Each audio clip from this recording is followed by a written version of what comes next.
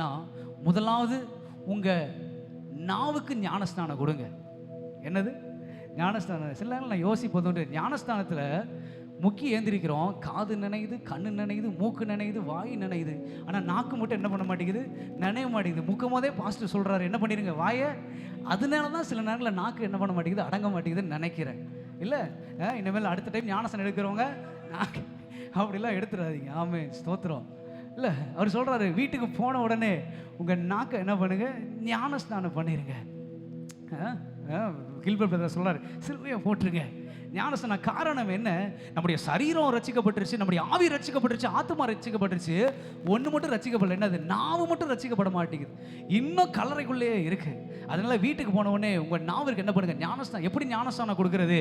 வசனத்தினால ஞானஸ்தானம் கொடுங்க, துதியினால ஞானஸ்தானம் கொடுங்க, நன்றியினால ஞானஸ்தானம் கொடுங்க, ஜெபத்தினால ஞானஸ்தானம் கொடுங்க.